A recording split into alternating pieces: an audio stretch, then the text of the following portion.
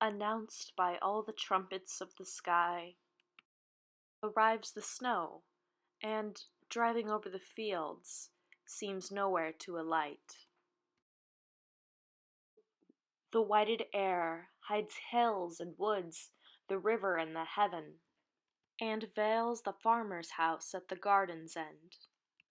The sled and traveler stopped, the courier's feet delayed.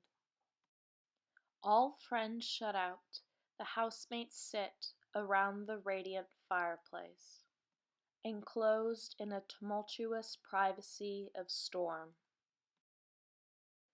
Come see the north wind's masonry. Out of an unseen quarry, evermore furnished with tile, the fierce artificer curves his white bastions with projected roof round every windward stake, or tree, or door, speeding the myriad-handed, his wild work so fanciful, so savage, not he cares for number or proportions. Mockingly, on coop or kennel he hangs Parian wreaths. A swan-like form invests the hidden thorn, fills up the farmer's lane from wall to wall. Maugre the farmer sighs, and, at the gate, a tapering turret overtops the work.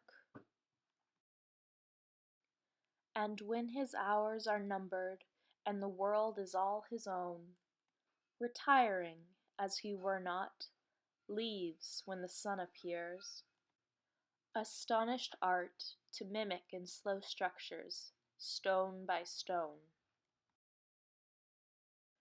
Built in an age, the mad wind's night work,